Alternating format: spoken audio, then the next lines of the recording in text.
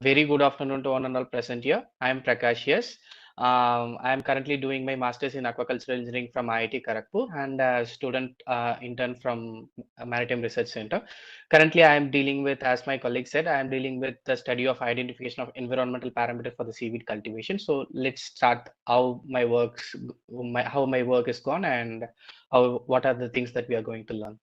Next slide, please. Yes, these are the aims and objectives of my study, like to study the what are the different environmental and hydrodynamic parameters for the required for the growth of the seaweed. It's not like some other plants. This is also a macroalgae which will belong to the plants. So this requires some of the parameter that is not similar to other parameters. So what are the important thing? Let's just look into it and what are the effects of it. So these are the contents that we are going to progress with the next presentation. What are the culture method, common culture method that we are available following in India, and why we should understand the growth parameters, and what are the generalized ideal conditions that we are following while growing to grow the seaweed, and what are the spatial distribution that is available in India as per the literature that we have found out, and what are the literatures, like what are the species available, and what is the growth, what is the optimum temperature, and what is the salinity for this thing. We will look into it, and what are the who are all the beneficiaries and the research gaps. We will also look into it, like, and the followed by the conclusion. Next slide, please. So these are the three main culture methods that we are currently following in India. The first method is the tube net method, and the second one is bamboo raft method, and the third one is the long line or monoline method we would call. The first method will be useful for where we are having like a higher wave areas, generally in Gujarat and Andhra Pradesh, and the floating raft will be in mild common conditions, and long line method where we will use in the moderate conditions, like in between the high and low conditions. We will use this long line or monoline method. Out of these three, each method has its own unique specification where we can have this method. This generally we will follow bamboo raft method for higher biomass yield. Uh, Coming to next slide, please. So the very most important thing that comes to our mind is anything that we need to grow, we should understand what is the important thing that's required for its growth, either in terms of its requirement regarding to its either, for example, if we want to grow, we have to take food, right? So like that, we need to understand if we want to grow the growth of the seaweed, we need to get into what are the parameters that we need to understand. So site selection is the very most important thing where we can have a suitable site cultivation in case of this commercial seaweed farming, and this site selection plays an important role in the economic return for the farmers also, and this for good biomass production and for good economic return where we are going to invest, or for the entrepreneurs this should be study. Then this basic understanding should be helpful for the farmers or entrepreneurs from getting failure from seaweed farming, so that they won't be like in a more loss situation at the end of their farming conditions. The next slide, please. So these are the generalized growth parameter which is being really required for the seaweed to grow. The first thing, very most important thing, is the sea surface temperature, and the next is salinity. The next is pH of the seawater, and the light conditions, how much light conditions it require. This light condition is also depend upon the salinity and the turbidity of the water, silt conditions of the water, and nutrient availability, water depth, and wave current. These two are the hydrodynamic properties that is required for the good seaweed growth. Coming to next slide, please.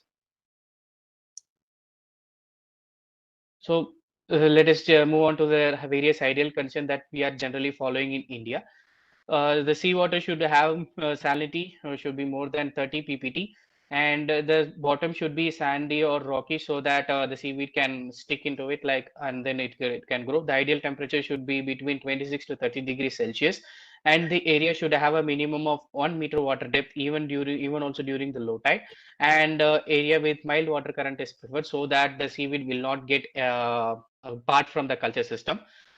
pH should be maintained in the range of 6.5 to 8.5. The nutrients, that's whatever the site that we are selecting, it should have sufficient nitrate, nitrogen, and phosphorus. Generally, the nitrogen level and phosphorus level should be in the range of 0.018 and 0.065 milligram per liter, and phosphate should be in the range of 0.017 to 0.074 milligram per liter. Next slide.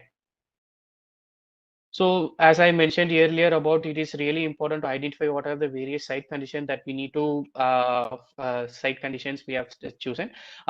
Based on the site condition, as per the research done by CMFRI and from some groups from India, they have identified these are the following sites. For example, if you take Tamil Nadu, which has Tamil Nadu and Gujarat, which has the long potential sites for the seaweed cultivation. In general, total India is having the special distribution of area 23,970 hectares of area where we can have seaweed cultivation. But I think we are not properly utilizing this sites for the seaweed cultivation. Uh, Next slide.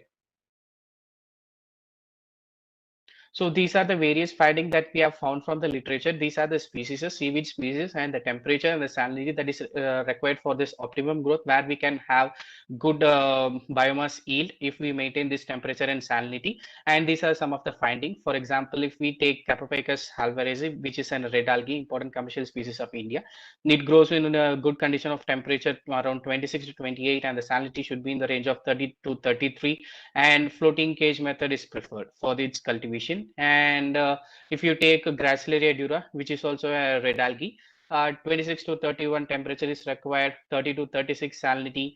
And this, as I mentioned earlier, each species has its own unique specification to grow. So based upon the finding that they have found, polypropylene net method, which is the best suitable for its high biomass yield, which is similar to the tube net method also. And Gracilaria acerosa, the temperature is 25 to 33, and the salinity can grow well in 28 to 38. Suspended stone method, where we can tie the seed in the a stone with a rope, and then we will just suspend in the seawater, and then we will heal the biomass after 45 to 60 days. That is the general cultivable seaweed days. So this is how I studied go through the literature. For example, if I throw, as I mentioned earlier, the Capopicus alvarez species. So in the graph that we can clearly mention, we can see that the long line method and float line method, what is the biomass yield that we are getting in each month, and the floating cage and the long line method, what is the specific growth rate that is being observed. From the from the graph, we can easily observe that floating cage method, which is also called a bamboo raft method, is giving a good biomass yield.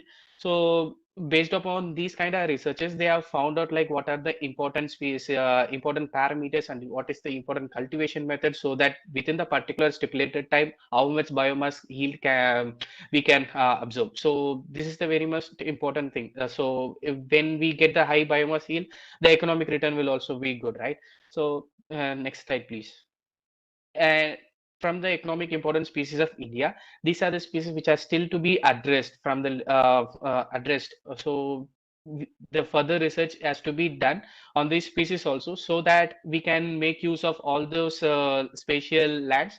With this information and with the research going on in this field, we can able to cultivate the species, and this will ultimately lead to the good economic return for India. Next slide. These are the various things that we need to address. The first thing is the innovation, as we need to have a good innovation in the seeding technology, so that the wild species didn't get extinct. If the like innovation is being done, we should invest in the research work. As I mentioned earlier, we have these are the species that we have that has been left for the that has to be researched on. So we have to do sufficient research so that it will be useful for farmers, entrepreneurs, and all. Suitable finance and income should be supported to the farmers who or entrepreneurs who is yet to start about this project. And detailed marine spatial analysis has to be done to for the good side seaweed cultivation. Next slide, please. These are the outcomes from my study. Cultivation method and culturing parameters we have studied, and the importance of maintaining parameters. What are the parameters that we have to optimize? It has to be maintained that we have analyzed, and the data from this study will be it is the foundation for creating a tool or a website where others can utilize this information, gather this information if they want to grow for the grow the seaweed And this tool is being will be useful for all entrepreneurs, farmers, and whatever the government agencies who is making some policies in a better understanding for the seaweed growth. Next slide. These are my various references from where I have taken all these data. And thank you so much. Thank you.